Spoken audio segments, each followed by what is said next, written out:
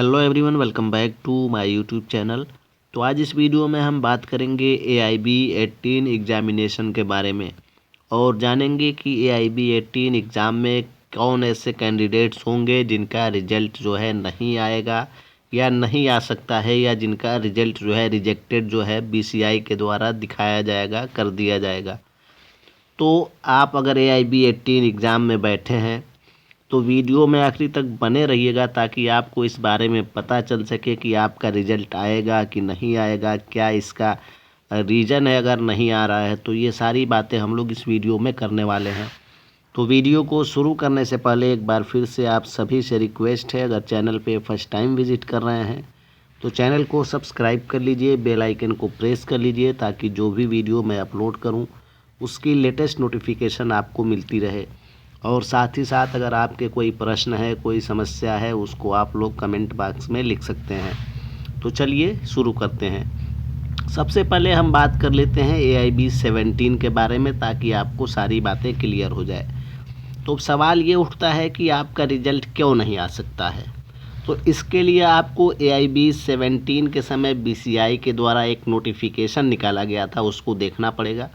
उसके बाद आप समझ जाएंगे कि आपका रिज़ल्ट क्यों नहीं आ सकता है, क्यों रिजेक्टेड हो सकता है, क्यों विथहेल्ड हो सकता है। तो सबसे पहले हम लोग उस नोटिफिकेशन को देख लेते हैं। तो ये नोटिफिकेशन जो है AIB 17 एग्जामिनेशन का है और इस नोटिफिकेशन से आप सभी को पता चल जाएगा कि आपका रिज़ल्ट जो है क्यों नहीं आ सकता है अगर आपने ये गलती की है तो सबसे पहले यहाँ पे हम लोग पढ़ लेते हैं। The candidate whose question booklet set code is not filled या डबली फिल्ड या incorrectly filled in OMR sheet, their result have been rejected for AIB 17 by honourable monitoring committee. यानी कि ऐसे कैंडिडेट्स जिन्होंने क्वेश्चन बुकलेट सेट कोड को जो है नहीं भरा है या डबली फिल कर दिया है या इनकरेक्टली यानी त्रुटिपूर्वक फिल्ड कर दिया है, भर दिया है OMR शीट में, उनका रिजल्ट जो है रिजेक्ट कर दिया गया है ऑनरेबल मॉनिटरिंग कमेटी के द्वारा। AIB 17 की मैं बात कर रहा हूँ। तो अगर आपने OMR शीट में ये गलती की है, क्वेश्चन बुकलेट सेट कोड जो होता है उसको नहीं भरा है या जो है डबली फिल्ड कर दिया है या जो है इनकरेक्टली फिल्ड कर दिया है, तो आपका रिजल्ट हो सकता है कि रिजेक्टेड आ जाए AIB 18 में भी। ये AIB 17 में ऐसा हुआ था, इसलिए मैं आपको बता रहा हूँ। दूसरा ये होता है कि आपका रिजल्ट जो है विथहेल्ड लिख के आ सकता है। तो विथहेल्ड लिख के अगर आपका रिजल्ट आता है तो आपको ज़्यादा परेशान होने की आवश्यकता नहीं होती है। अगर विथहेल्ड लिख के आ जाता है तब भी आपको मौका दिया जाता है आपको अपने रिजल्ट में सुधार करने का।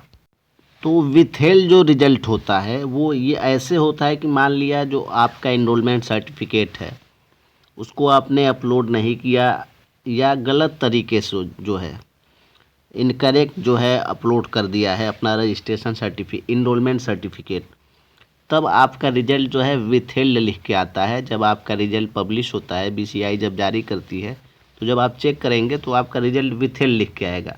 तो उसका रीज़न यही होता है कि आपने सही तरीके से इनरोलमेंट सर्टिफिकेट को जो है अपलोड नहीं किया है या इनकरेक्टली कर दिया है। उसके लिए आपको फर्दर BCI के द्वारा मौका दिया जाता है कि आप जो है सही तरीके से और करेक्ट इनरोलमेंट सर्टिफिकेट अपलोड करिए। आपको उसके लिए समय दिया जाता है। अगर आप उसको अपलोड कर देते हैं इनरोलमेंट सर्टिफिकेट को, फिर आपका रिज़ल्ट जो है दोबारा से पब्लिश किया जाता है, आपको बताया जाता है कि आपका रिज़ल्ट आ गया है।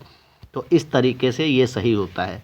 लेकिन अगर आपने OMR शीट्स में ये गलती कर दी है तो आपका रिज़ल्ट रिजेक्ट हो सकता है और इसके लिए मॉनिटरिंग कमेटी जो है कोई ऑप्शन नहीं आपको देता है।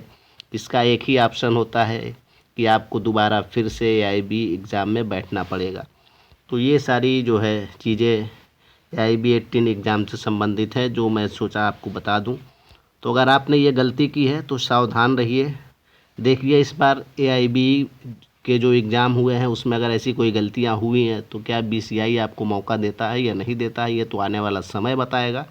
लेकिन ये प्रीवियस ईयर में ऐसा हुआ है, इसलिए मैं आप सबको ये बताने की कोशिश कर रहा हूँ। तो वीडियो अगर आपको पसंद आई हो तो लाइक करिए, कमेंट करिए और शेयर करिए। धन्यवाद।